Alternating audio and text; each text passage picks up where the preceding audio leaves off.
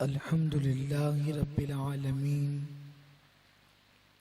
वल आक़िबतु लिल मुत्तक़ीन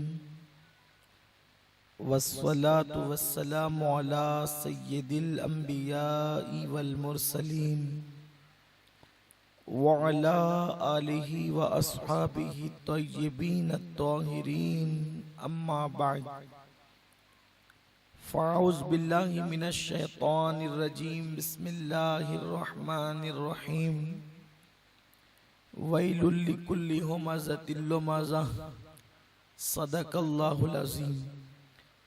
गौसे आज़म बमने बेसरो सामा मददे क़िबले दी मददे काबे ईमा मददे बगिरदा बेबला उफ्ताद कश्ती ज़ईफ़ानो शकिस्ता रातो पुश्ती बहक के ख्वाजे उस्मान हारून मदद कुन या मुईनुद्दीन चिश्ती मदद कुन या मुईनुद्दीन चिश्ती मदद कुन या मुईनुद्दीन चिश्ती। मुअज़्ज़ज़ व मुकर्रम ख़वातीन इस्लाम, अस्सलामु अलैकुम व रहमतुल्लाहि व बरकातुहू। आइए निहायती अदब और एहतराम के साथ जिस तरह से मैं आपको पढ़ाऊँ आप भी मेरे साथ मिलकर हम सब के आका व मौला हुज़ूर रहमत तमाम खुलासे कायनात फ़ख्र मौजूदात जनाब मुहम्मदुर रसूलुल्लाह रूही फ़िदा सल्लल्लाहु ताला अलैहि वसल्लम की बारगाह में मेरे साथ मिलकर दुरूद व सलाम की नज़रें पेश करें। अस्सलातु वस्सलामु अलैका या रसूल अल्लाह, अस्सलातु वस्सलामु अलैका या नबी अल्लाह, अस्सलातु वस्सलामु अलैका या हबीब अल्लाह व अला आलिका व अस्हाबिका या नूर अल्लाह सल्लल्लाहु ताला अलैहि वसल्लम। जिस आया करीमा की तिलावत करने का मैंने शरफ हासिल किया है, मेरा अल्लाह उसके मुतालिक मुझे हक कहने और आप तमामी माओ और बहनों को हक सुनकर उस पर अमल करने और उसे आम करने की तौफीक अता फरमाए। अल्लाह तबारक व ताला ने इंसान को दो आँखें दी है, दो हाथ दिए हैं, दो कान दिए हैं, नाक में भी दो सुराख दिए हैं, 32 दांत दिए हैं। लेकिन अल्लाह तबारक व ताला ने इंसान को ज़बान सिर्फ एक ही अता फरमाई है। इसका मतलब ये है कि अल्लाह तबारक व ताला की मर्जी ये है कि इंसान ज़बान एक है, देखे ज्यादा, सुने ज्यादा और काम हाथों से ज्यादा करे, लेकिन बोले कम। इसलिए कि अल्लाह तबारक व ताला को कम बोलना बहुत पसंद है। अल्लाह के हबीब सल्लल्लाहु अलैहि वसल्लम के फरमान के मुताबिक जो बंदा खामोश रहता है वो दुनिया में भी निजात पाएगा और आखिरत में भी निजात पाएगा। मेरे प्यारे आका सल्लल्लाहु अलैहि वसल्लम की कनीज़ों, आज हम ज़बान का इस्तेमाल सबसे ज़्यादा करते हैं और जो चीज़ जितनी ज़्यादा इस्तेमाल होती है फिर कभी कभी वो गलत राह पर पड़ जाती है।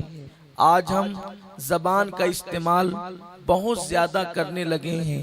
मेरे आका सल्लल्लाहु अलैहि वसल्लम की कनीज़ों, अल्लाह के हबीब मुस्तफ़ा करीम रऊफ़ुर रहीम सल्लल्लाहु ताला अलैहि वसल्लम ने इरशाद फरमाया कि अक्सर लोग जहन्नम में सिर्फ ज़बान की वजह से दाखिल किए जाएंगे, इसलिए कि ज़बान का इस्तेमाल बगैर सोचे समझे करना ये इंसान के लिए इंतहाई दर्दनाक और ख़तरनाक बात है। इंसान जितना ज्यादा बोलेगा उतना फंसेगा, इंसान जितना ज्यादा गुफ्तगू करेगा उतना ही उसकी जबान से झूठ भी निकलेगा, उसकी जबान से गीबत भी निकलेगी, उसकी जबान से चुगली भी निकलेगी।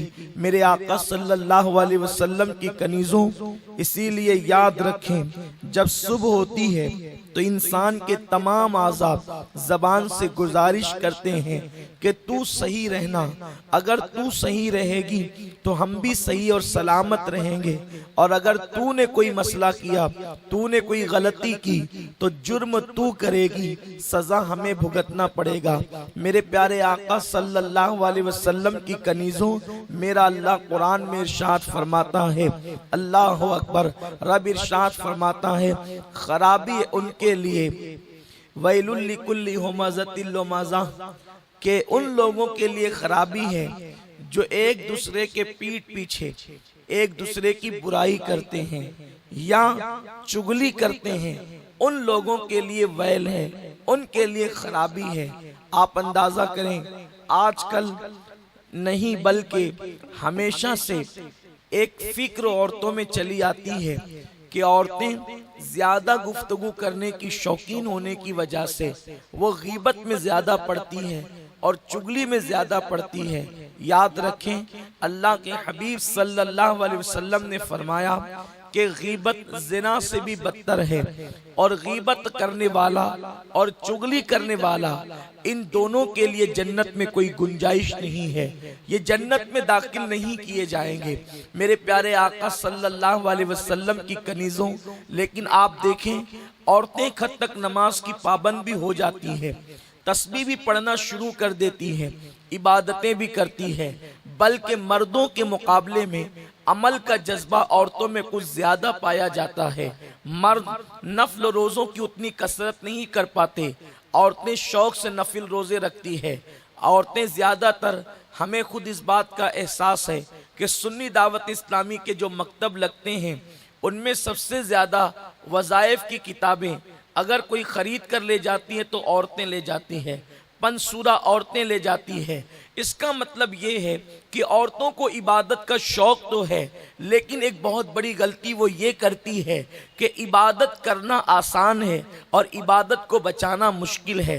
औरतें इबादत तो कसरत से करती है, वो कभी 16 सैयदों के रोज़े भी रख रही है, वो कभी बीबियों के नाम के रोज़े भी रख रही है, वो कभी नवाफिल रोज़े भी रख रही है, वो कभी जो है वो नवाफिल की कसरत भी कर रही है, वो नमाजों की पाबंदी भी कर रही है, वो बावजू रहने की कोशिश भी कर रही है, पंसूरा भी वो पर्स में लेकर सफर तक जाती है, ट्रेनों में भी वो तिलावत कर रही है।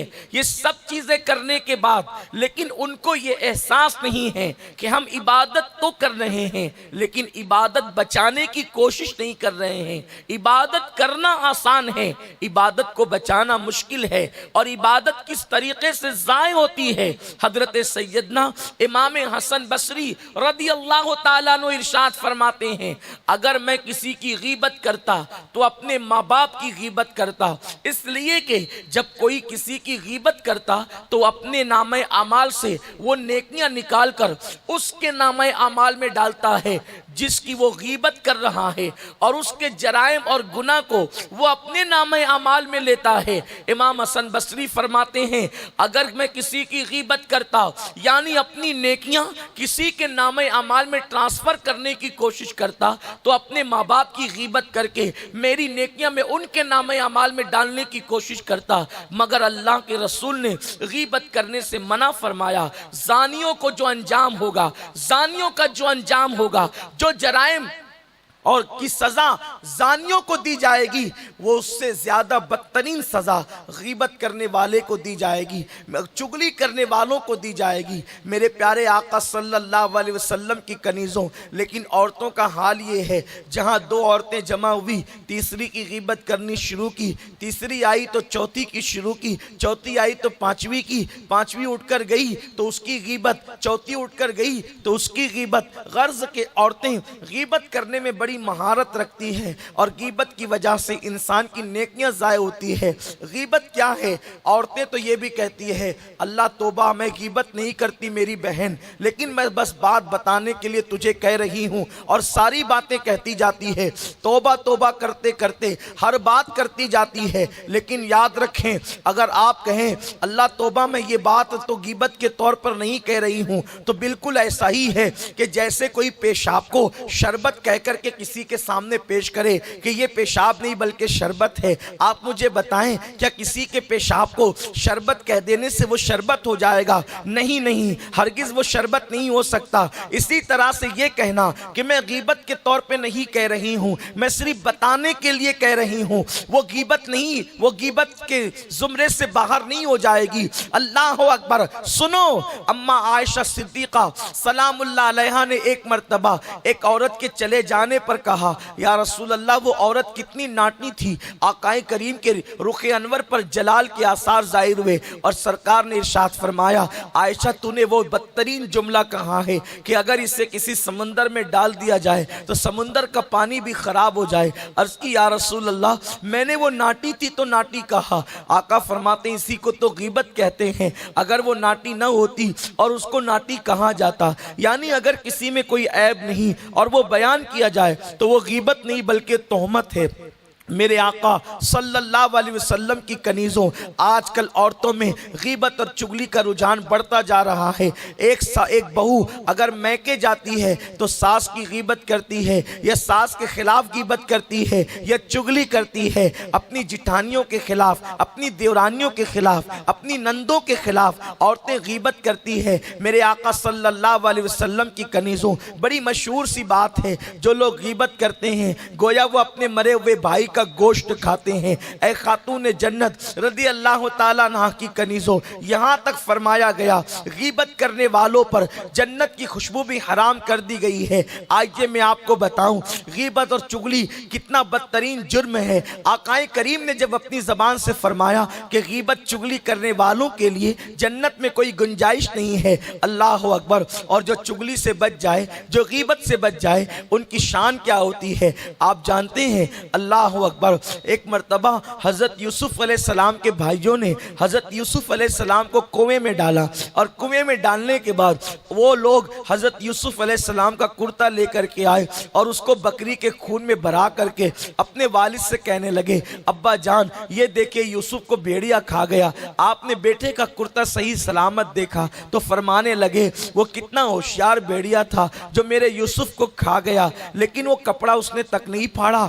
ये सुनने के बाद अब बेटों को ऐसा लगा कि गोया हमारे बाप को हम पे शक हो रहा है कि हमने यूसुफ के साथ कुछ गलत किया है। तो उन्होंने क्या किया, वो भेड़िया ढूंढने लगे और एक भेड़िया उनके हाथ लग गया। बूढ़ा भेड़िया था, वो उसको पकड़ करके लाए और जनाब याकूब अलैहिस्सलाम की बारगाह में पेश किया। हुज्जतुल इस्लाम इमाम गजाली रहमतुल्लाह अलैह फरमाते हैं, जब हज़रत यूसुफ अलैहिस्सलाम के भाई एक बुढ़ा भेड़िया पकड़ करके याकूब अलैहिस्सलाम की बारगाह में उन्होंने पेश किया, पेश करने के बाद कहा, अब्बा जान यही वो बदबख्त भेड़िया है जिसने आपके बेटे यूसुफ को खाया है, हमारे भाई यूसुफ को खाया है। हमने इसको तदबीर से पकड़ लिया, अब आप इसको जो सजा चाहे दे। तो उस वक्त जनाब याकूब अलैहिस्सलाम उस भेड़ियों को देखकर रोने लगे और कहने लगे, ए भेड़िए तूने मेरे इतने खूबसूरत बेटे यूसुफ को कैसे खा लिया, किस मुंह से तूने उसे खाया? तो भेड़िए ने जवाब दिया, ए अल्लाह के पैगंबर, यूसुफ भी अल्लाह का नबी है और अल्लाह ने जानवरों पर हराम कर दिया है कि वो नबियों के जिस्मों को खाए। कोई जानवर नबी के जिस्म को नहीं खा सकता। ऐ याकूब आप इत्मीनान रखें, मैंने आपके बेटे यूसुफ को नहीं खाया। मैं तो जंगल में अपने रज़ाई भाई को ढूंढते हुए आया था, मैं उसको तलाश करते हुए आया था और आपके बेटों ने मुझे पकड़ लिया। तो जनाब यूसुफ अलैहिस्सलाम के भाइयों ने ये बात तो नहीं समझी कि भेड़िया क्या कह रहा है। याकूब अलैहिस्सलाम ने भेड़िए से कहा कि क्या तुझे पता है मेरा यूसुफ कहाँ है? और मेरे बेटों ने उसके साथ क्या सलूक किया है। तो भेड़िए ने कहा हजरत पता तो है, लेकिन अगर मैं ये बात आपको बता दूंगा तो ये चुगली हो जाएगी और ये बात बुरी है, इसलिए कि चुगली अल्लाह को पसंद नहीं और मैं चुगलखोर बनना नहीं चाहता, यानी इधर की बात उधर नहीं करना चाहता, इसलिए मालूम तो है लेकिन नहीं बताऊंगा। आप जानती हैं मेरी बहनों, भेड़िया क्या होता है? भेड़िया दरिंदा होता है, भेड़िया बकरियों को खाने वाला होता है, भेड़िया इंसानों को खाने वाला होता है। लेकिन याकूब अलैहिस्सलाम ने कहा क्या तुझे मेरे यूसुफ का पता मालूम है कि मेरे यूसुफ का क्या हाल है और उसके भाइयों ने उसके साथ क्या सलूक किया है? तो उस वक्त जनाब याकूब अलैहिस्सलाम से भेड़िया कहता है चूंकि गीबत और चुगली जायज नहीं, इसलिए मैं चुगली करना नहीं चाहता, मुझे मालूम तो है अगर करूंगा तो चुगली हो जाएगी। अल्लाह को उस भेड़िए की ये अदा इतनी पसंद आई, ये अदा इतनी पसंद आई कि उसने अपने आप को चुगली से बचाया। तो अल्लाह ने अपने महबूब से फरमाया महबूब आप अपनी कौम को बता दें कि हज़रत यूसुफ अलैहिस्सलाम के हवाले से जिस भेड़िए पे इल्जाम लगा था और याकूब अलैहिस्सलाम की बारगाह में उसको पकड़ कर लाया गया था, उस भेड़िए ने अपने आप को चुगली से बचाया, तो अल्लाह ताला उस भेड़िए को भी जन्नत अता फरमाएगा। आप गौर करें, अगर भेड़िया अपने आप को चुगली से बचा ले तो बगैर किसी इबादत के सिर्फ चुगली से बचने के अमल की बरकत से अल्लाह ताला उस भेड़िए को जन्नत अता फरमाएगा। अल्लाह अकबर। लेकिन अल्लाह अल्लाह, आज तो हम अपने आप को चुगली में डुबा चुके हैं, गीबत में डुबा चुके हैं। घर घर में जो लड़ाइयाँ लगी हुई है वो इसीलिए लगी हुई है कि लोग गीबत और चुगली से बचने की कोशिश नहीं करते। ऐ खातून जन्नत की कनीज़ों, कुछ औरतों का हाल तो ये है कि कुछ औरतों की ड्यूटी ये होती है कि वो लोगों के घरों में जा कर के बैठती है। अब गई वहाँ सास मिली तो बहू के खिलाफ बोलना शुरू कर दिया, बहू मिली तो सास के खिलाफ बहकाना शुरू कर दिया। अच्छी तरह से जहन नशीन कर लो, अगर तुम किसी के घर में आग लगाओगी तो तुम्हारा घर भी सलामत नहीं रहेगा। इसलिए कि आकाए करीम ने फरमाया कमा तदीन तुदान, तुम जैसा करोगे तुम्हारे साथ वैसा ही किया जाएगा। ऐ खातून जन्नत की कनीजों, हो सके तो किसी का अच्छा कर दिया करो, किसी का बुरा करने की कोशिश ना करो। आजकल मोहल्ले की औरतें अल्लाह अकबर किसी के भी घर में जाकर के झगड़ा लगा देती है। याद रखना, अल्लाह के हबीब सल्लल्लाहु अलैहि वसल्लम को मिलाना पसंद है, जुदा करना पसंद नहीं, बल्कि मेरे आका सल्लल्लाहु अलैहि वसल्लम को सुलह कराना, मिलाना इतना पसंद था कि आकाए करीम ने फरमाया अगर दो मोमिनों को मिलाने के लिए तुम्हें झूठ बोलना पड़े तो झूठ बोल दो, लेकिन उनके दरमियान सुलह करा दो। आकाए करीम सल्लल्लाहु अलैहि वसल्लम की कनीजों, जिस मजहब ने सुलह को इतना पसंद किया कि दिलों को मिलाने के लिए, सुलह कराने के लिए वक्ती तौर पर झूठ बोलने की इजाजत दे दी गई। मतलब क्या? अगर दो लोगों में सुलह कराना है, मतलब सास बहू में सुलह कराना है, तो सास कभी बहू की तारीफ नहीं करती, लेकिन अगर आपको ये बोलना पड़े अरे तेरी सास तेरी कितनी तारीफ करती है, तो अगर आपको बोलना पड़े तो झूठ बोल दो, मगर दोनों के दरमियान सुलह करा दो। यहाँ तो लोग अब सुलह कराने के लिए झूठ नहीं बोलते, बल्कि लोगों को लड़ाने के लिए झूठ बोलते हैं। ऐ खातून जन्नत रदी अल्लाह ताला अन्हा की कनीजों, अपनी आखिरत का ख्याल तो करो। अल्लाह अकबर, लोगों के घर में आग लगाकर, लोगों के दरमियान इख्तिलाफ पैदा करके, लोगों को बहका करके, लोगों के दिलों को एक दूसरे से दूर करके, मोहब्बतों को नफरतों में बदल करके, आखिर तुम जमीन के ऊपर कितने दिन तक के जिंदा रहोगी? एक दिन तुम्हें दुनिया से जाना है, एक दिन तुम्हारी जिंदगी के ये कीमती लम्हात खत्म हो जाएंगे। ऐ खातून जन्नत की कनीजों, अगर अच्छा नहीं किया है तो किसी का बुरा भी ना करो, इस्लाम इसकी इजाजत नहीं देता। और सुन लो, जो लोगों के दरमियान इख्तिलाफात पैदा करते हैं, अल्लाह के हबीब गैब दा नबी सल्लल्लाहु अलैहि वसल्लम ने फरमाया जो दो मोमिनों के दरमियान फूट डालने की कोशिश करे वो शैतान की औलाद से है। आप गौर फरमाएं, आका ने फरमाया वो ज़ुर्रियत शैतान है, वो शैतान की औलाद से है। इसलिए याद रखना, आकाए करीम सल्लल्लाहु अलैहि वसल्लम का ये भी फरमान है, वो सच जो फितना पैदा करे उससे बेहतर वो झूठ है जो फितने को खत्म कर दे। ऐ खातून जन्नत की कनीजों, आज ये इस्लामी फिक्र निकलती जा रही है, जहन से, दिमाग से निकलती जा रही है, और हसद, चुगली, गीबत, इस बुनियाद पर घर के घर तबाह हो रहे हैं। मोहल्ले की औरतें कभी सास को बहकाती, कभी बहू को, दोनों के दरमियान झगड़ा लगाकर कभी कभी तलाक तक की नौबत आ जाती है। घर के घर उजड़ जाते हैं। मगर याद रखना, ऐ खातूने जन्नत की कनीजों, अल्लाह के हबीब सल्लल्लाहु अलैहि वसल्लम की कनीजों, अगर तुम तक कोई बात पहुंचाए कि तेरे खिलाफ फलानी तो ये कह रही थी, तेरी बहन ये कह रही थी, तेरी भाभी ये कह रही थी, तेरी सास ये कह रही थी, तेरी देवरानी ये कह रही थी, तेरी जिठानी ये कह रही थी, उस वक्त तहकीक करने का हुक्म है। आज सीरियल देखकर, फिल्में देखकर औरतें उसी राह पर चली है और आपस में इख्तिलाफात पैदा करती है। ऐ खातून जन्नत की कनीजों, ये गीबत और चुगली क्यों होती है? हसद की बुनियाद पर। और मेरे आका सल्लल्लाहु अलैहि वसल्लम फरमाते हैं, हसद नेकियों को ऐसे खा जाता है जिस तरीके से आग लकड़ी को खा जाती है। हसद कितनी बुरी बला है। हसद की वजह से घर के घर तबाह हुए, घर के घर बर्बाद हुए। और याद रखना, हर सामने आने वाला तुम्हारा खैरख्वाह है यार, सामने आने वाली तुम्हारी खैरख्वाह ये जरूरी नहीं है। एक वाकया यहां पर याद आता है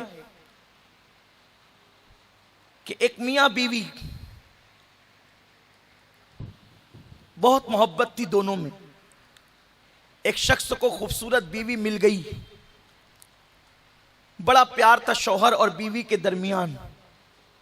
बड़े खुशनसीब है वो मियां बीवी जिनके दरमियान अल्लाह तबारक व तआला मोहब्बतें पैदा करता है। जिस बीवी को दुनिया में शौहर का प्यार मिला उसको दुनिया में जन्नत मिल गई, और जिस शौहर को दुनिया में बीवी का प्यार मिला उस शौहर को भी दुनिया में जन्नत मिल गई। लेकिन जब मियां बीवी के दरमियान बेमिसाल मोहब्बत पैदा होती है तो कुछ लोगों को अच्छा नहीं लगता, तो लोग उसमें दरारें पैदा करने की कोशिश करते हैं। ऐसे मौके पर खवातीन को बहुत अलर्ट रहने की जरूरत है, बहुत होशियार रहने की जरूरत है। मियां बीवी आपस में बहुत प्यार करते थे, खूबसूरत बीवी थी, खूबसूरत शौहर था, बड़ी अच्छी जोड़ी थी, अल्लाह ने बनाई थी। लोगों को ना भाया और खूबसूरत बीवी को शौहर के पास देखकर उसकी बीवी को लोगों ने बहकाने की कोशिश की और शौहर के खिलाफ बीवी को बहकाया, बीवी के खिलाफ शौहर को बहकाया। बीवी को इस तरह बहकाया कि तुम्हारा शौहर किसी दूसरी के चक्कर में फंस गया है, इसलिए वो आजकल तुम पर कुछ कम तवज्जो देता है। बीवी ने सोचा, अच्छा वो कैसे कि मेरा शौहर दूसरी के चक्कर में, ये कैसे पता चलेगा? कि आजकल तुम नहीं देखती कि तुम पर कुछ तवज्जो कम हो गई। अब औरतें तो होती है तोहमात परस्त, किसी ने कुछ छोड़ दिया फौरन उसकी बात को कबूल कर लिया, मान लिया। इस कौम का हाल तो यह है कि सामने से बिल्ली ने रास्ता काट दिया तो अब अपना काम नहीं होगा, चलो वापस चलो। काली बिल्ली नजर आ गई तो कुछ मनुसियत आ गई, कुत्ते बाहर भौंकने लगे तो कोई बला नाजिल होने वाली है। इस तरीके से औरतें अजीब अजीब तोहमात परस्ती में मुब्तला। अब औरतों को कोई कुछ कह दे तो उस औरत ने तो दिमाग में रख लिया, अच्छा इसीलिए मेरे तरफ से तवज्जो कम हो गई। अब इसने नाक मुंह टेढ़ा किया तो शौहर भी नाराज रहने लगा, तनातनी होने लगी। एक मर्तबा उसके शौहर के पास गए और कहने लगे, तुम्हारी बीवी दूसरे के चक्कर में फंस गई है, अगर यकीन नहीं आता तो देखना वो किसी दिन तुम पर कातिलाना हमला करेगी और तुमको कत्ल कर देगी। उसने कहा, अच्छा ऐसा भी हो सकता है कि मेरी बीवी मुझे कत्ल करे? कहा, देख लेना कभी ना कभी तुम्हारे साथ ऐसा होगा। इधर उसकी बीवी को कहा, देखो हमने एक आमिल तलाश किया है, अगर तुम चाहती हो कि तुम्हारा शौहर दूसरी का फिराक छोड़ दे और दूसरी से नाजायज ताल्लुकात जो उसने कायम किए हैं उससे वो दूरी इख्तियार कर ले, तो एक काम करो, तुम अपने शौहर के दाढ़ी के कुछ बाल काट करके हमें दे दो, उसके ऊपर अमल पड़ा जाएगा। नतीजे में तुम्हारा शौहर उस औरत से जो नाजायज ताल्लुकात उसने कायम किए हैं वो उसको छोड़ देगा और वो तुम्हारा ही होकर के रहेगा। बस बीवी मरती क्या ना करती, इसलिए कि वो चाहती थी कि मेरा शौहर बुरी आदतों से बच जाए, मेरा शौहर मुझी को प्यार दे। उसने कहा बहुत अच्छा। इधर शौहर जो है रात को सोता नहीं था, आंखें बंद करके इंतजार करता था कि कब कातिलाना हमला होने वाला है। इधर बीवी ने जो है शौहर के दाढ़ी के बाल काटने के लिए जो है एक चाकू लिया और चाकू लेकर के जैसे बाल पकड़ा और काटना चाहती थी कि मेरा शौहर सो गया होगा तो मैं ये बाल काट करके उस आमिल के पास भिजवा दूंगी ताकि मेरा शौहर मेरा ही होकर के रहे। जैसे ही छुरी लेकर बाल पकड़े, शौहर ने आंखें खोल दी, कहा अच्छा मुझे कत्ल करने जा रही थी, बदबख्त तू किसी के चक्कर में फंस गई और तू आवारा हो गई, तू बदचलन हो गई। उसके बाद अल्लाह अकबर, उस औरत को कत्ल कर दिया शौहर ने। शौहर को कत्ल किया, मुकद्दमा काजी के पास पहुंचा, काजी ने सजा सुनाई, खून का बदला खून है, उसको भी फांसी पे लटका दिया। और अल्लाह अकबर, जो घर कुछ दिनों पहले मोहब्बतों का गहवारा बना था, सिर्फ किसी के कहने में आकर, किसी की कहीं सुनी सुन करके वो घर जो है खंडरात में और वीराने में तब्दील हो गया। ऐ खातूने जन्नत की कनीजों, आजकल यही माहौल चल रहा है। सास बहू के सीरियल के जरिए से और दिगर खुराफात जो सीरियल चल रहे हैं उसके जरिए से घरों के अंदर यही साजिशें पैदा की जा रही है। मगर सुन लो, हम वो लोग नहीं हैं जो सीरियल देख करके जिंदगी गुजारना सीखें। हमारे पास सैयदा फातिमा ज़हरा की जिंदगी मौजूद है, हमारे पास माँ उम्मे सलमा की जिंदगी मौजूद है, हमारे पास जनाब आयशा सिद्दीक़ा की जिंदगी मौजूद है, हमारे पास हुजूर सैयद आलम की मुकद्दस नवासी सैयदा ज़ैनब की जिंदगी मौजूद है। हम क्यों उनकी जिंदगी के मुताबिक अपनी जिंदगी को नहीं गुजारते? हम क्यों गुनाहों की तरफ जा रहे हैं? हम क्यों बदगुमानियों की तरफ जा रहे हैं? हम क्यों मोहब्बत से नफरतों की तरफ जा रहे हैं? ऐ खातूने जन्नत रदी अल्लाह ताला अन्हा की कनीजों, अपनी सोच बदलनी होगी। कुरान के मुताबिक, सुन्नत रसूल के मुताबिक और इस्लामी नजरियात के मुताबिक हमें अपनी जिंदगी को गुजारना होगा। आजकल इन्हीं खुराफात की वजह से सास बहू के अंदर इख्तिलाफात भी पैदा होते हैं। बस एक दूसरे के खिलाफ लगाई बुझाई और गीबत चुगली ने दिल खराब करने और दिल खराब किए जाते हैं। एक मर्तबा ऐसा ही हुआ कि किसी सास बहू के दरमियान इख्तिलाफ पैदा हो गया। उस इख्तिलाफ में बहू ने सोचा कि मेरी सास मुझ पर बहुत जुल्म करती है। आजकल ऐसा होता है, सास जो है वो बहू पे जुल्म करती है और बहू सास को सीधा मुंह नहीं देती तो आपस में झगड़े होते हैं। शौहर ये मंजर देख करके माँ से भी परेशान, बीवी से भी परेशान। कभी ऐसा होता है कि कभी माँ को छोड़ देता है, कभी बीवी को छोड़ देता है, और दोनों को छोड़ना ये उसके लिए नुकसानदेह है। बीवी को छोड़ा तो घर की जन्नत गई, और माँ को छोड़ा तो आखिरत की जन्नत गई। ये हाल होता है। ऐ खातून जन्नत रदी अल्लाह ताला अन्हा की कनीजों, अगर सास ये सोचे कि मैंने अपनी बहू के साथ अगर गलत किया तो मेरी बेटियों के साथ भी गलत होगा, क्योंकि मैंने किसी की बेटी लाई है तो मैंने भी तो कई बेटियां दी है, और अगर बेटी नहीं है उसको तो वो ये तो सोचे कि अल्लाह जुल्म को पसंद नहीं करता और अल्लाह जालिमों को पसंद नहीं करता। आखिरकार जब कोई औरत सास बन जाती है तो सास बनने का मतलब ये है कि अब ज्यादा दिन तक उसकी सांसें बाकी नहीं रही। सास बन गई मतलब अब वो बूढ़ी हो गई, अब उसको सिर्फ कब्र में जाना है, बस। सास बनने का मतलब यही है। लेकिन आजकल की सासों का हाल ये है कि वो समझती है कि मैं कभी बूढ़ी हो ही नहीं सकती। औरतें अपने आप को कभी बूढ़ा मानने के लिए तैयार ही नहीं है, बल्कि कोई अपने आप को उम्र दराज मानने के लिए तैयार नहीं है। मगर याद रखो, जिस दिन आपके घर बहू आई, आपको यकीन कर लेना चाहिए कि अब मैं बूढ़ी हो चुकी हूं, और जब बुढ़ापा आ जाए तो इंसान को कब्र की फिक्र ज्यादा करनी चाहिए। इस्लाम वो मुकद्दस दीन है। अगर कोई औरत किसी बिल्ली पे जुल्म करती है तो आका फरमाते बिल्ली पे जुल्म करने वाली औरत जहन्नम में जाएगी। जब बिल्ली पे जुल्म करने वाली औरत जन्नत में नहीं जा सकती और वो जहन्नम में जाएगी, तो इंसान पे, वो भी बहू पे जुल्म करने वाली सास जन्नत में कैसे जा सकती है?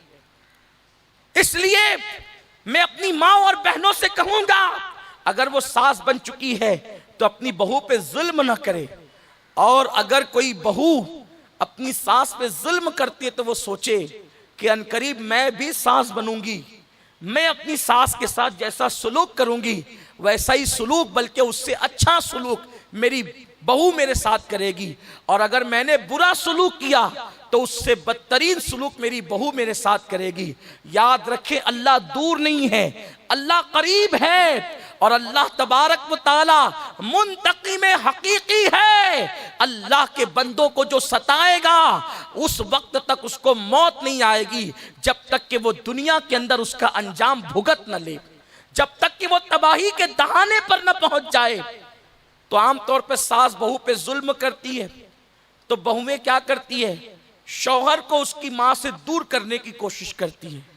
ये वो अपनी भी आखिरत तबाह करती है और अपने शौहर की भी। या कभी कभी बहुएं ऐसा भी करती है कि वो आमिलों के पास जाती है और अपनी सास पर जादू करवाती है कि जल्दी से मर जाए या बीमारियों में मुब्तला हो जाए। याद रखें, किसी को दुख में डालकर कभी आप सुख के दिन नहीं देख सकते, किसी को आप तकलीफ में डालकर आप कभी राहत के दिन नहीं देख सकते। अल्लाह के हबीब सल्लल्लाहु अलैहि वसल्लम ने फरमाया, जो जादूगरों के पास जाते हैं 40 दिन तक ना अल्लाह उनकी इबादतें कबूल करता है ना उनकी दुआएं कबूल करता है। अगर उसी हालत में वो मर जाएं तो अल्लाह तबारक व तआला ने उन पर जन्नत हराम कर दी है। इसलिए इस फिक्र से दूर हो जाओ। ये मुशरिकीन की फिक्र है जादू करना कराना, ये मुशरिकीन की फिक्र है किसी को सताना, ये किसी मोमिन की फिक्र नहीं हो सकती, ये किसी मोमिना की फिक्र नहीं हो सकती। ऐसा ही हुआ, एक मर्तबा एक बहू सास के झगड़ों से और उसकी तकलीफों से तंग आकर अपने माँ बाप के घर गई और माँ के यहाँ जाकर कहती है, मेरी सास मुझे बहुत सताती है, तकलीफ देती है, अब मैं शौहर के घर नहीं जाऊंगी। माँ बाप ने कहा, बेटी, शरीफ बेटियों की ये आदत नहीं कि वो घर छोड़ करके आ जाए। हमने तुझे विदा कर दिया, शौहर के सुपुर्द कर दिया, अब तुझे उसी घर से मर कर निकलना है, तेरी जिंदगी का खात्मा उसी घर में होगा। शरीफों की बेटियां अधूरी जिंदगी शौहर के घर गुजार कर वापस नहीं आती, बल्कि शरीफों की बेटियां माँ के घर से दुल्हन बन के निकलती है और शौहर के घर से वो जनाजे में निकलती है। शरीफ बेटियों की अलामत ये है। बेटी, जो तकलीफ हो सब्र करके कड़वे घूंट को पी ले, अल्लाह इसका सिला तुझे अता करेगा। माँ बाप शरीफ थे, शरीफ माँ बाप ने अपनी बेटी को समझा बुझा कर भेज दिया। बेटी घर आई, आने के बाद वो सोच रही थी आखिर मैंने क्या करना है कि इस बुढ़िया से मुझे निजात मिले। तो उसने सोचा कि मेरे बाप का एक दोस्त है जो हकीम है और बचपन से मैं उसको चचा चचा कहती हूँ, तो वो मुझे अपनी बेटी की तरह मानता है और मुझे प्यार देता है। तो उसने क्या किया, वो उस हकीम के पास गई जो उसके बाप का दोस्त था और इस लड़की को अपनी बेटी की तरह मानता था। लड़की ने कहा, चचा आप हकीम हैं, मेरे बाप ने, मैंने बार बार कंप्लेन की, शिकायत की कि मेरी सास मुझ पे जुल्म करती है, उन्होंने मेरी कोई कंप्लेन नहीं ली और मुझे समझा बुझा करके भेज दिया। चचा जान, आप उस बुढ़िया का कोई इलाज नहीं कर सकते, इतने बड़े हकीम हैं आप उसको कोई ऐसा जहर नहीं दे सकते वो बुढ़िया मर जाए। हकीम ने मुस्कुराया, वो वाकई हकीम थे। उन्होंने मुस्कुरा के कहा, बेटी मेरे पास ऐसा खतरनाक जहर है कि अगर वो दे दिया जाए तो फौरन तेरी सास को मौत आ जाए। तो कहा, फिर चचा जान वो दे दीजिए। फरमाया, बेटी सुन, अगर वो जहर मैंने तुझे दे दिया, फौरन मौत आने वाला, तो तेरी और तेरी सास की जमती नहीं, बुढ़िया मर जाएगी, तो लोग तुझी पर ये इल्जाम रखेंगे तूने उसको कत्ल कर दिया। फिर मुमकिन है तेरा शौहर माँ की मोहब्बत में तुझे तलाक दे दे। मैं तुझे एक तदबीर बताता हूँ कि मैं तुझे ऐसा जहर दूंगा जो फौरन असर नहीं करेगा, बल्कि वो 3 महीने के बाद असर करेगा। लेकिन उसका तरीका ये होगा कि मैं तुझे 3 महीने की पुड़िया दूंगा, नाश्ते में भी देना, दोपहर में भी देना, शाम को भी देना, और ये धीरे धीरे स्लो पॉइजन जो है असर करेगा और 3 महीने के बाद तेरी सास मर जाएगी और तेरी राहों का कांटा खत्म हो जाएगा। वो लड़की खुश हो गई, चलो हमेशा की जिग से तो 3 महीने की तकलीफ उठा लेंगे। लेकिन उस हकीम ने कहा बेटी उसके लिए भी एक शर्त है, अगर ये लड़ाइयाँ कायम रही और तेरी सास मर गई तो लोग कहेंगे कि सास बहू के सदमे से मरी है, उसकी जिग से मरी है, तो भी लोग तुझे अच्छा नहीं कहेंगे। तो उसने कहा मैंने करना क्या है? उस हकीम ने कहा बेटी ये 3 महीने तक तुझे जहर उसको खिलाना है, लेकिन इन 3 महीने में तुझे करना यह है कि जाकर तू उससे सुलह कर ले और जाकर पहले तू उससे माफी मांग कि मैं अपनी सारी गलतियों से माफी चाहती हूं, आप मुझे माफ कर दें। उसके बाद वो सोने लगे तो उसके पैर दबा, वो खाने का वक्त आए उसको अच्छे अच्छे लजीज खाने दे, उसके कपड़े धुल कर दे, उसकी खिदमत कर, ऐसी खिदमत कर कि पूरे मोहल्ले में आम हो जाए कि तेरा और तेरी सास का कोई इख्तिलाफ नहीं, दोनों में माँ बेटी की तरह प्यार हो गया है। जब बुढ़िया मर जाएगी तो लोग तुझ पे शक भी नहीं करेंगे। उसने कहा हमेशा की जिग से बचने से अच्छा है कि चलो माफी मांग लेते हैं। और 3 महीने तक खिदमत में जाता क्या है, 3 महीने की खिदमत के बाद हमेशा की राहत तो मिल ही जानी है। वो 3 महीने की पुड़ियां लेकर आई, जहर की आई, सबसे पहले अपनी सास के पास गई, अम्मी मुझे माफ कर दो, मैंने बहुत आपको सताया, आपकी खिदमत से कोताही की, आपको तकलीफ पहुंचाई, मुझे माफ कर दो। सास ने माफ कर दिया। उसके बाद सुबह हुई तो दोनों का रवैया चेंज। अब सास से बहू पूछती है अम्मी आप जो पकाएंगे मैं वो खाना, जो आप जो खाना खाना चाहेंगे मैं वो खाना पकाऊंगी, आपकी पसंद क्या है? अंदाज बदल गया, अंदाज बदला। 1 दिन गुजरा, 2 दिन गुजरा, बहू कभी पैर दबा रही है, कभी सर में तेल लगा रही है, खिदमत के लिए खड़ी है।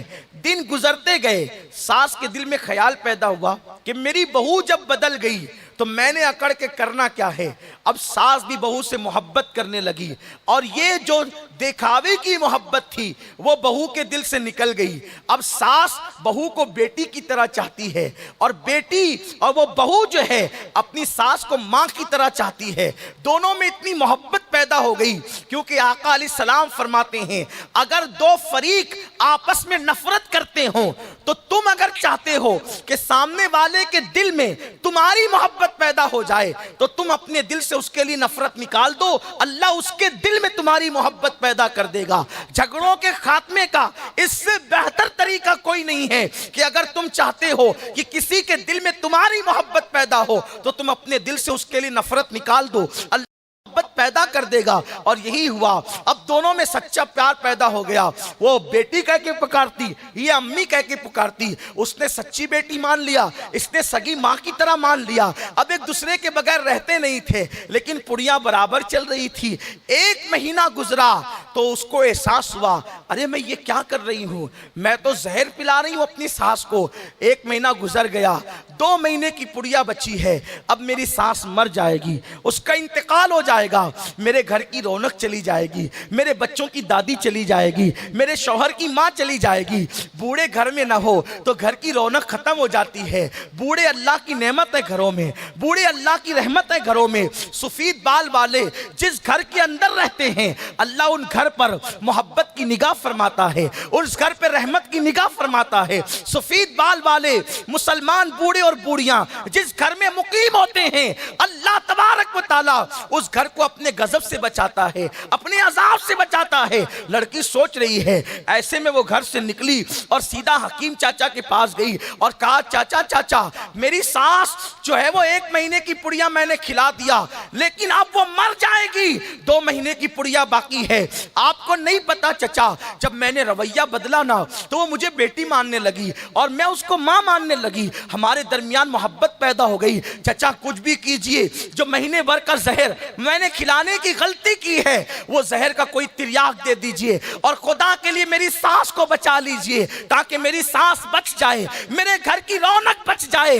हकीम ने जब ये जुमले सुना तो मुस्कुरा करके कहा बेटी मैं अच्छी तरह जानता था जिस दिन तू बदल जाएगी उस दिन तेरी सास भी बदल जाएगी, तो मैंने कोई जहर नहीं दिया था बल्कि मैंने तेरी तसल्ली के लिए यूं ही जड़ी बूटी जूतियां दे दी थी। मुझे मालूम था कि जब तेरा अंदाज उसके साथ अच्छा होगा तो उसका अंदाज भी अच्छा होगा। अल्लाह अकबर। क्या पता चला, आज हर बहू चाहती है कि मेरी सास मुझे प्यार दे, मेरी सास मुझे मोहब्बत दे, लेकिन बहू सास को माँ क्यों नहीं समझती? जब बहू ये मुतालबा करती है कि मेरी सास मुझे बेटी क्यों नहीं समझती, तो बेटियों जब तुम सास को माँ समझने लगोगी तो अल्लाह तुम्हारी सास के दिल में भी वो ममता पैदा कर देगा कि वो तुम्हें अपनी बेटी समझने लगेगी। लेकिन आज के हालात तो ये हैं, औरतों का एक जहन बना है कि मैं और मेरा शौहर और तीसरा कोई नहीं चाहिए। याद रखें ऐ खातून जन्नत की कनीजों, जिस घर में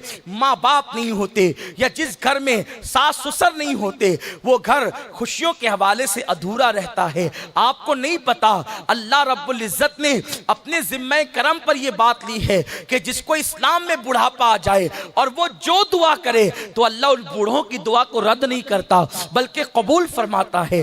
और बूढ़ों की आदत होती है वो चलते फिरते दुआएं देते हैं। ऐ खातून जन्नत की कनीजों, याद रखें मगरबी तहजीब में न डूबो, मगरबी कल्चर की तरफ न जाओ, इस्लामी कल्चर की तरफ आओ, इस्लामी तहजीब की तरफ आओ और अपनी सोच को बदलो, अपनी फिक्र को बदलो। आप जानते हैं ऐ खातून जन्नत की कनीजों, आज माँ बाप बूढ़े हो जाएं तो भी लोग नजरअंदाज करते हैं, तो सास ससुर का लोग एहतराम कैसे कर सकते हैं? आकाए करीम सल्लल्लाहु अलैहि वसल्लम की कनीजों, आओ मैं तुम्हें बताऊं, एक वक्त था कि बूढ़ों का इतना एहतराम किया जाता था इस्लाम के अंदर कि अगर बूढ़े आगे चलते तो कोई नौजवान उनको ओवरटेक करने की कोशिश नहीं करता था, उनके आगे बढ़ने की कोशिश नहीं करता था।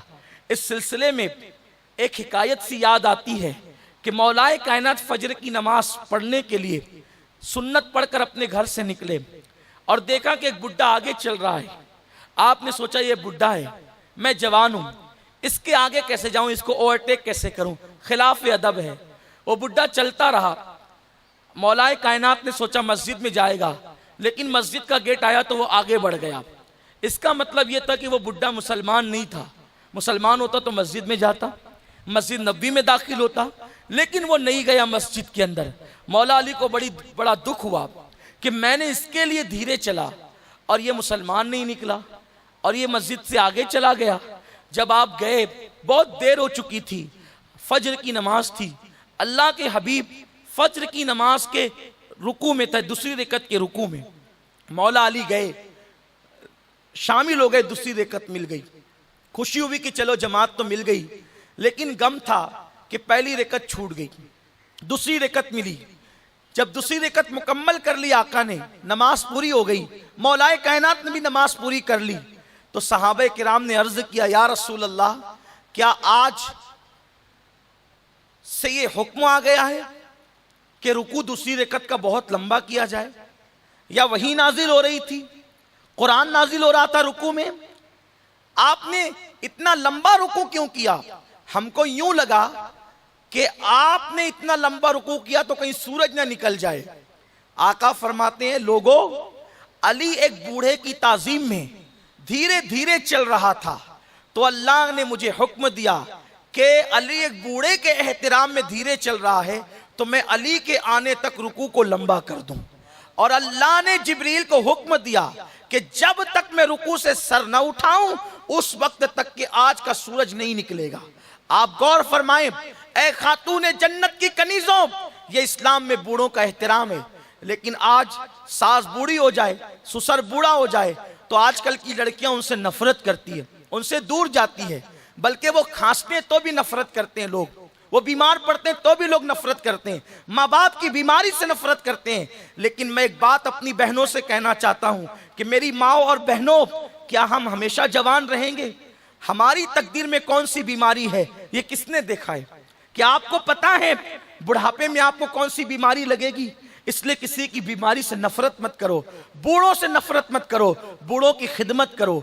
अगर बूढ़े माँ बाप की शक्ल में है उनकी भी खिदमत करो, बूढ़े सास ससुर की शक्ल में उनकी भी खिदमत करो, इसलिए कि अल्लाह उनकी दुआओं को रद्द नहीं करता। तो बात बहुत दूर निकल गई। मैं अर्ज ये कर रहा था कि लोगों, गीबत अल्लाह को पसंद नहीं, चुगली अल्लाह को पसंद नहीं, हसद अल्लाह को पसंद नहीं। आकाए करीम सल्लल्लाहु अलैहि वसल्लम की कनीजों, सबको शैतान बहकाता है और तबाह करता है, लेकिन शैतान को उसके हसद ने तबाह किया। याद रखें, अगर मौल्लिमुल मलाइका हसद का शिकार हो तो अल्लाह उसको शैतान बना देता है।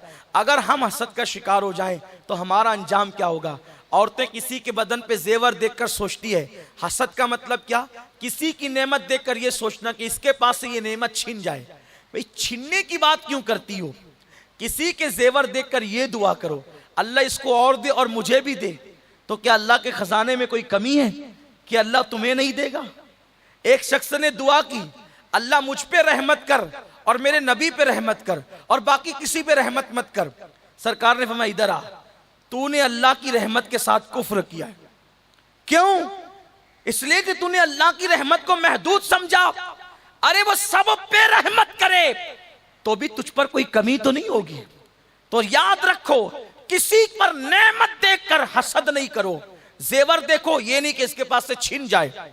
हुस्न देखो, इसके पास से छीन जाए। शौहर के साथ उसकी मोहब्बत या उसके साथ शौहर की मोहब्बत देखो तो छीन जाए, नहीं, बल्कि ये तमन्ना करो, अल्लाह जो मोहब्बत इसके शौहर के दरमियान दी है उससे ज्यादा मोहब्बत मेरे और मेरे शौहर के दरमियान दे दे। इसको जितना जेवर दिया है इसको भी बरकत दे, इससे ज्यादा मुझे दे दे। तो ये दुआ है, इस पर कोई हुक्म नहीं है, लेकिन ये कि उससे छीन जाए, उससे छीन कर तुझे मिलना क्या है। बल्कि आकाए करीम सल्लल्लाहु अलैहि वसल्लम फरमाते हैं, हसद करने वाला अल्लाह पे एतराज करता है कि अल्लाह तो उसको नेमत दे रहा है और इसको हजम नहीं हो रहा है। लेकिन याद रखना, तेरे हसद करने से अल्लाह किसी से नेमत छीनेगा नहीं। इसलिए मेरी बहनों, किसी पे हसद ना करो। आजकल तो ये है, किसी के घर खूबसूरत बेटी है, उसको ज्यादा रिश्ते आते हैं और अच्छे रिश्ते आते हैं, तो औरतें पंडितों के पास भी जाती है, साधुओं के पास भी जाती है कि उस खूबसूरत लड़की पर अच्छे रिश्ते ना आए, रिश्ते बांध दिए जाते हैं। हमने हिंदुस्तान भर में कई माओं को रोते देखा, मेरी बेटी इतनी खूबसूरत है, अच्छे रिश्ते नहीं आते। इस्तिखारा करने पे पता चला कि रिश्ता बांध दिया गया। मैं पूछना चाहता हूं, तुम मुसलमान हो, किस दिन के लिए मुसलमान हो? क्या इस्लाम यही तालीम देता है? ऐ खातून जन्नत रदी अल्लाह ताला अन्हा की कनीज़ों, अपनी सोच को बदलो। किसी को तकलीफ में डालकर, किसी को गम में डालकर, किसी को मुसीबत में डालकर कभी तुम्हें राहत नहीं मिल सकती, कभी तुम्हें सुकून नहीं मिल सकता, कभी तुम्हें इत्मीनान नहीं मिल सकता। अगर खुशियां चाहते हो तो खुशियां तकसीम करो, अल्लाह तुम्हें खुशियां अता फरमाएगा। अगर मोहब्बत चाहते हो, मोहब्बत तकसीम करो, अल्लाह तुम्हें भी मोहब्बत अता फरमाएगा। अगर सुकून चाहते हो, भला चाहते हो, तो तुम लोगों का भला चाहो, अल्लाह तुम्हारा भला करेगा। लेकिन याद रखना, किसी से हसद नहीं करना। ये तीन बीमारियां दिल की बीमारियां हैं, जिसका जिक्र मैंने आपके सामने कर दिया। ऐ खातून जन्नत की कनीज़ों, उम्मीद करता हूं कि नमाज रोजे के साथ साथ आप गुनाहों से बचेगी। और खास तौर पे ये जो 3 गुनाहों का जिक्र किया गया, इन 3 गुनाहों से आप अपने आप को बचाने की कोशिश करेंगी। और अगर आपने इन गुनाहों से जो दिल की बीमारियां हैं अपने आप को न बचाया, तो आप इबादत करते रहें, क़यामत के दिन आपकी इबादत आपके काम नहीं आएगी। गीबत करने वाले, चुगली करने वाले और हसद करने वालों का हाल ऐसा है जैसे घानी का गधा। आपने शायद नहीं देखा होगा, पहले के दौर में जो तेल निकाला जाता था तो उसमें गधे को बांधा जाता था और मूंगफली डालते थे और जो है वो तिल्ली डालते थे और दीगर जिन चीजों से तेल निकलता है वो डालते थे, और गधा जो है वो घूमता था। तो गधे की आंख पे पट्टी बांध देते थे। जब गधे की आंख पे पट्टी बनती थी सुबह के वक्त, तो वो शाम तक बेचारा चलता रहता था। और शाम को वो सोचता था कि मैं कितना चल चल के थक गया हूं, तो मैं तो मंजिले मकसूद पर पहुंच गया। और जब शाम को उसकी आंखी से पट्टी खुलती थी तो वो जहां के वहीं खड़ा रहता था। बस ऐसे ही जो लोग हसद करते हैं, गीबत करते हैं, चुगली करते हैं, कयामत के दिन उनका हाल तेल के घानी के गधे की तरह होगा कि वो तो समझेंगे हमने तो बड़ी नमाजें पढ़ी, बड़े तहज्जुद पढ़े, बड़े नवाफिल पढ़े, बड़ी इबादतें की, अब तो हम जन्नत में जाएंगे, लेकिन जब वो क़यामत के दिन नामे अमाल देखेंगे तो उनके नामे अमाल में कुछ नहीं होगा, क्योंकि उन्होंने किसी की गीबत की होगी तो गीबत करने की वजह से अपनी नेकियां उसके नामे अमाल में डाल दी और उसके गुनाह अपने नामे अमाल में ले लिए। किसी से हसद किया होगा तो अपनी नेकियां उसको ट्रांसफर कर दी और उसके गुनाह अपने नामे अमाल में ले लिए। किसी की चुगली की होगी तो चुगली की वजह से अपनी नेकियां उसको दे दी और उसकी के गुनाह अपने अमाल में ले लिए। ये तुम्हारी मर्जी से तो नहीं होता, याद रखना, ये अल्लाह तबारक व तआला की तरफ से होता है। इसलिए अगर अपनी इबादतों को बचाना चाहती हो और अपनी इबादतों का भरपूर फायदा हासिल करना चाहती हो तो मैं उम्मीद करता हूं आपसे कि आप इन तमाम गुनाहों से और बिलखुसूस इन 3 चीजों से अपने आप को बचाने की कोशिश करेंगी। अगर आपने ऐसा किया तो फिर देखना इंशाअल्लाह इबादत में लुत्फ भी आएगा, लज्जत भी आएगी और आपका मुस्तकबिल भी बेहतर होगा और आप लोगों के दरमियान हर दिल अजीज बन जाएगी इंशाअल्लाह। बस लेकिन गीबत से बचना बहुत आसान नहीं है। एक बुजुर्ग फरमाते हैं कि मैंने देखा कि शैतान बड़ी तेजी के साथ सुबह सुबह जा रहा है, उसके एक हाथ में शहद की बाल्टी है और एक हाथ में राख है। मैंने पूछा, ओ शैतान इतनी जल्दी काहे की है, कहाँ जा रहा है? तो बुजुर्ग को शैतान कहने लगा, बुजुर्ग मैं जा रहा हूँ, मैं गीबत करने वालों की जबान पर शहद को लीप दूंगा ताकि गीबत लोगों को अच्छी लगेगी और लोग सुनते भी रहेंगे गीबत और करते भी रहेंगे ताकि उनके अमाल बर्बाद हो जाएं। और ये राख मैं यतीमों के सर पे डाल दूंगा ताकि कोई यतीमों के करीब ना आए, उनसे प्यार ना करे। ऐ खातून जन्नत की कनीज़ो, आजकल गीबत इतनी आम हो गई कि शायद ही कोई जबान होगी जो गीबत से महफूज होगी। जो जबान गीबत से महफूज है वो जबान अल्लाह वाली जबान है, लेकिन ऐसी जबान आप ढूंढने से भी शायद इल्ला माशाअल्लाह आपको ना मिले। लेकिन काश कि हम इस पर अमल करें। अल्लाह मुझे आप सबको अमल की तौफीक अता फरमाए। दौरान गुफ्तगू अगर कोई गलती हो गई हो, अल्लाह अपने हबीब पाक साहिब लौलाक सल्लल्लाहु अलैहि वसल्लम के सदक़ों तुफ़ैल माफ़ फरमाए। अस्तग़फिरुल्लाह रब्बी मिन कुल्लि ज़ंबिन व अतूबु इलैहि व मा अलैना इल्लल बलाग। अस्सलामु अलैकुम व रहमतुल्लाहि व बरकातुहू।